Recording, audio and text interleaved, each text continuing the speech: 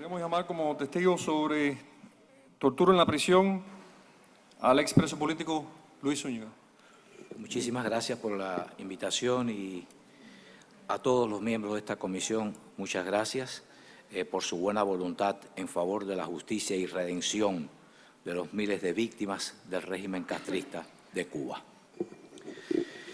En mis 19 años de prisión fui víctima y testigo de innumerables casos de torturas, tratos crueles e inhumanos, de mutilaciones y de asesinatos. Por las lógicas limitaciones que hay del tiempo, me referiré a mí como víctima y luego a varios casos que considero brutales por su maldad. Lo que relataba Cari unos momentos antes, nosotros como presos, en muchas ocasiones hubo celdas de mujeres presas políticas cerca de nosotros en la prisión de La Cabaña.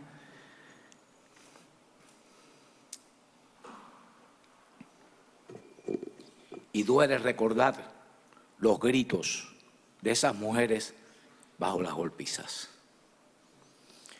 A todos los presos políticos nos golpeaban, nos agredían sistemáticamente, porque el propósito no era solamente el castigarte por haberte rebelado o haberte opuesto a la dictadura comunista, sino era destruirte el alma, doblegar tu espíritu, humillarte, convertirte en casi un animal. Esas eran políticas oficiales, sistemáticas en las prisiones y, como había relatado antes Amado, cada prisión tenía características diferentes, usaban métodos diferentes porque estaban tratando de encontrar los métodos que doblegaran más a los presos políticos. Todo lo que les pueda contar, y yo solamente voy a relatar unos pocos casos, son pocos, porque fue general y estamos hablando de un presidio político que tuvo aproximadamente unos 350.000 presos políticos y que todavía existe. En 1977, estando en la prisión Combinado del Este, un grupo de presos que protestábamos por las malas condiciones de vida, fuimos trasladados al pabellón 47 de la propia prisión. Allí continuamos con nuestra protesta y como respuesta, las autoridades carcelarias nos aplicaron una tortura que antes usaron con los prisioneros norteamericanos en Vietnam, los ruidos electrónicos. La tortura se realizó colocando bocinas altavoces de este alto en ambos extremos del pasillo de celdas y elevando el volumen hasta niveles insoportables para el oído humano. El sonido era como el de la radio de onda corta cuando no está sintonizada en una estación o frecuencia específica y emite sonidos estridentes que oscilan constantemente. Si les explico que el pasillo de las celdas estaba cerrado en ambos extremos y que las celdas no tienen ventanas, se podrá entender que la vibración y el eco eran factores multiplicadores de la intensidad del tormento. La tortura duraba todo el día y toda la noche, por días y días y días. Y terminó cuando un preso, Rafael del Pino Ciero, murió. Como estábamos en celdas individuales, nadie pudo saber si Rafael del Pino se ahorcó o lo ahorcaron. El hecho real es que murió bajo tortura. En abril del año 2008, un tribunal de Miami-Dade encontró culpable al régimen castrista por el asesinato de Rafael del Pino, una demanda que presentó por violación de derechos humanos su familia ante un tribunal aquí de Miami-Dade, y le concedieron una indemnización económica a sus familiares y que fue pagada con fondos del régimen castrista congelados aquí en los Estados Unidos. Años después, En 1981, estando en la prisión de Boniato en Santiago de Cuba, nuevamente nos aplicaron la tortura de los ruidos electrónicos después de amenazarnos con que todos nos teníamos que reeducar y que suplicaríamos que nos sacaran del pabellón especial llamado Boniatico, que habían diseñado para aislarnos del resto del penal con celdas tapiadas. Dijo que este pabellón fue diseñado para internar a los presos políticos plantados que no aceptábamos la llamada reeducación comunista. El capitán Alvis Matos, entrenado por la KGB soviética, fue el autor de la tortura. También fui internado en lo que llamábamos celdas tapiadas, que con la puerta y la ventana cubiertas con planchas de acero nos hacían vivir en tinieblas permanentemente. La primera vez que me encerraron en tapiadas por 2 años fue en la prisión provincial de Santa Clara, provincia de Las Villas. La segunda vez por 5 años en el pabellón boniatico de la prisión de Boniato en Santiago de Cuba. La expresidenta de Amnistía Internacional, Marion Mushrooms, lloró cuando vio y entró a una celda tapiada de la prisión Combinado del Este durante la visita que hizo a Cuba Amnistía Internacional en 1988. En su propia cara le recriminé que nunca mencionó en ningún informe de Amnistía Internacional una celda tapiada en Cuba. Para su récord, posteriormente les entregaré una fotografía de celdas tapiadas que obtuve clandestinamente en la prisión. Lamento no se haya podido localizar a alguno de los expresos políticos que fueron víctimas de la llamada masacre de Boniato, que tuvo lugar el 1 de septiembre de 1975, cuando protestaban por la falta de atención médica a un preso que padecía un absceso de una muela y que drenaba pus.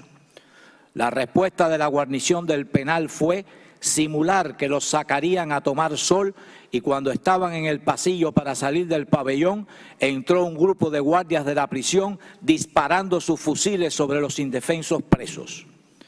Gerardo González, un pastor evangélico, murió de balazos en la cabeza.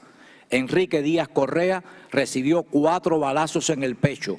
Evelio Hernández, fractura del cráneo, y así sucesivamente. Hubo una larga lista de heridos que sumaron 37.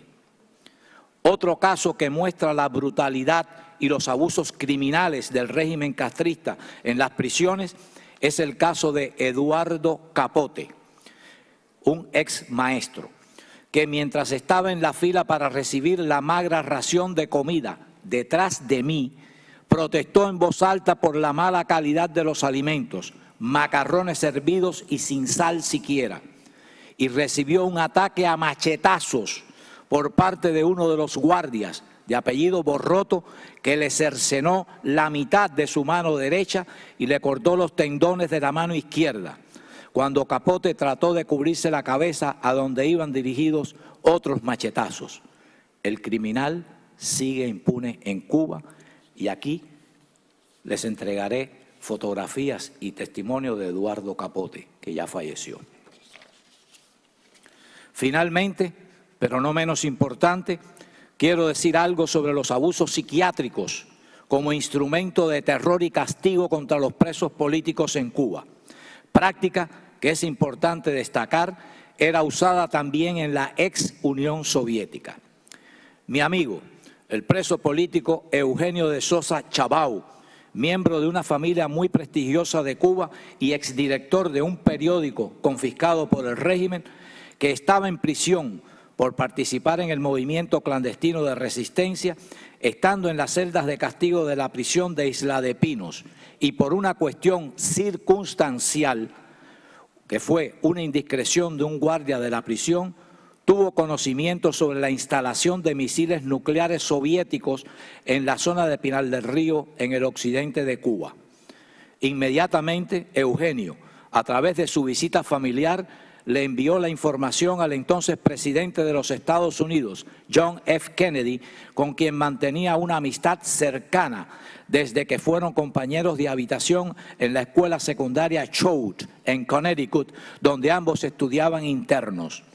Un cierto tiempo después, aparentemente las autoridades castristas tuvieron información de que Eugenio había sido la fuente que reveló a los norteamericanos la instalación de los misiles y como represalia lo internaron en el hospital psiquiátrico de La Habana conocido como Mazorra. Allí recibió 14 sesiones de electroshocks, 4 sesiones en la cabeza y 10 en los testículos. Sobre este caso específico, quiero comentar que años después de que Eugenio salió de la prisión, otra víctima de abusos psiquiátricos identificó en esta ciudad de Miami al enfermero militar que aplicaba los electroshocks en Mazorra, un individuo de apellido Mederos. Afortunadamente, las autoridades lo arrestaron y fue llevado a juicio aquí en Miami y el castigo le llegó antes que terminara el juicio. Mederos murió de un ataque al corazón. Por supuesto, los que daban las órdenes siguen impunes en Cuba. Tal vez ustedes piensen que estas torturas que estamos relatando mediante electroshocks son cosa del pasado, pero no es así. Tan reciente como el pasado 1 de mayo de este año 2017, el joven Daniel Llorente, un disidente cubano, saltó frente a una manifestación gubernamental que celebraba el Día de los Trabajadores en la Plaza Cívica de La Habana y comenzó a gritar pidiendo libertad para Cuba. Su fotografía, perseguido por los agentes de la seguridad castrista, apareció en numerosos periódicos fuera de Cuba. Daniel fue arrestado y poco después internado en el centro psiquiátrico de Mazorra, el mismo de Eugenio de Sosa Chavao, recibiendo descargas de electroshocks. Para tratar de escapar de su tortura, Daniel Llorente se ha declarado en huelga de hambre y así está en estos precisos momentos. Ahora, aquí les entrego una larguísima lista de personas, expresos, políticos y disidentes que han sido torturados usando el sistema de electroshocks en los centros hospitalarios psiquiátricos de Cuba. La lista es bien larga. Muchísimas gracias.